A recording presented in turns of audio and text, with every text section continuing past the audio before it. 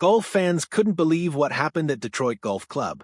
Just as the final round reached a crucial stage, play was suddenly suspended, leaving players, officials, and thousands of fans in complete uncertainty. What forced the PGA Tour to stop the tournament, and how could this decision change the outcome of the Rocket Classic? Here's everything you need to know. Two competing forecasts. One says 3 inches of rain could drown this golf course on Sunday. The other says it'll barely drizzle. Somebody's about to be very wrong, and the outcome decides whether this tournament finishes on time or limps into a Monday it has never once needed in its entire history. 17 players are within 5 shots of the lead heading into the final round, and the golf course itself is playing its last tournament ever. Let's get into it. Start with what happened on the course, because Saturday flipped this leaderboard upside down. 3 different players have now shot the Detroit Golf Club course record of 61 on 3 straight days. Peter Malnati did it Thursday. Cameron Young matched it Friday. Rasmus Højgaard matched it again Saturday.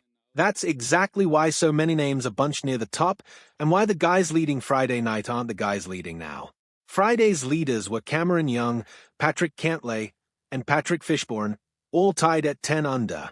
Saturday tore that up completely. Davis Riley, 29, from Hattiesburg, Mississippi, carded a 7 under 63 to jump to 15 under and grab the outright lead by himself. Look at his scores across the week: 68, then 64, then 63. He's gotten better every single round, which is rare and impressive on its own. What makes Saturday even better is exactly where he made his move.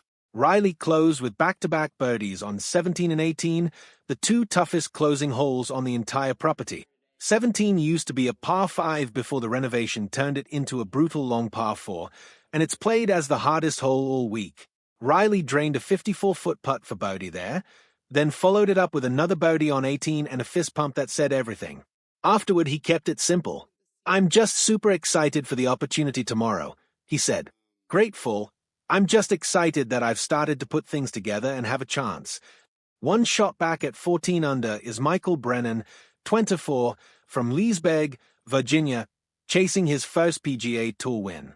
There's a local thread to his story too. He won a PGA Tour Americas event just across the river in Windsor back in 2025, the win that helped punch his ticket to the big tour. Saturday he was paired with Rickie Fowler, a guy he grew up watching.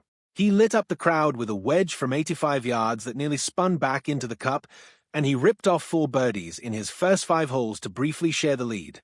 But he stumbled at the very end, failing to get up and down near the 18th green for a bogey, the difference between being tied and trailing by 1. Then there's Rasmus Højgaard, 25, from Denmark, who put together the wildest run of the entire week. He barely made the cut at 3 under. Then he went out Saturday morning and fired a bogey-free 61, rocketing about 60 spots up the leaderboard to reach 12 under. 9 birdies, more than 130 feet of putts made, including a 32-footer on the par 4 16th. He had an 11-footer on 18 for a 60 that would have been the lowest round this course has ever seen. It slid just right at the last second. Before that, he'd escaped danger on 17 after a wild drive left, punching out and still getting up and down to keep his round alive. "Today I stayed present. I didn't get ahead of myself," he said. "That's the game plan for tomorrow." He's got 5 DP World Tour wins and 1 Asian Tour title, but still no PGA Tour trophy.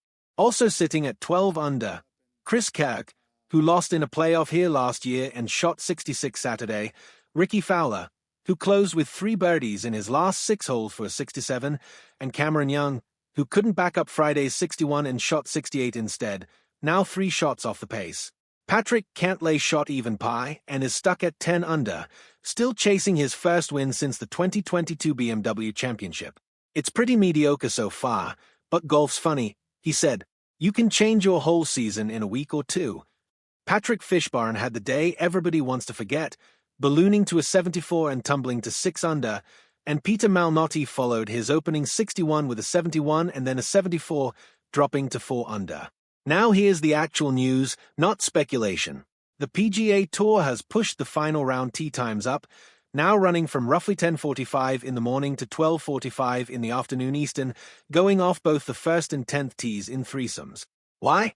Overnight storms expected to roll into Sunday morning.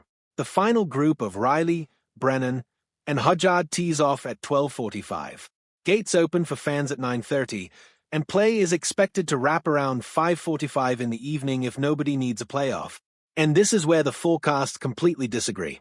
The PGA Tour's own meteorologist is calling for 1 to 3 inches of rain Sunday, an 80% chance of precipitation, and northeast winds gusting up to 20 miles an hour as a low-pressure system drags moisture and thunderstorms across southern Michigan before finally clearing out late in the day. Local Detroit meteorologists are telling a very different story, mostly dry conditions for the final round, with only a slim chance of a passing shower and rain chances actually easing as Sunday goes on. Even with the scarier forecast, an actual Monday finish is a tough bar to clear. Lightning halts play immediately under tour rules, and standing water on the greens does too, but the standard move is simply to wait out a cell and resume the same day. Sunset in Detroit isn't until 8:50 at night, which leaves a wide window to finish even with delays. It would take a full washout to push this to Monday, and right now the forecast doesn't point that way. Rain would still change how the course plays, though softer greens reward players who spin the ball high, and softer fairways take away some of the advantage the longest hitters usually have. The stakes go beyond one Sunday.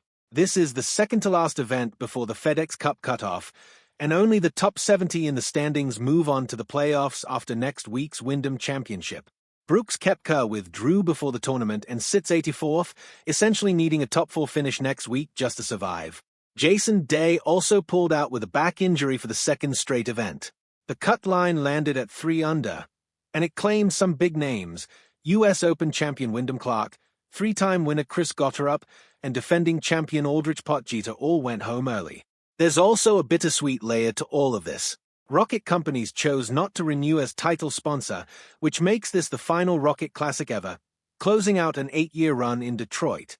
That stings even more considering Detroit Golf Club just wrapped a $16 million renovation. Bigger greens, deeper bunkers, restored Donald Ross cross ditches, and 2 holes converted into a tougher par 70 layout, all built with the hope of hosting this event for years to come. 2 small moments stood out this week too.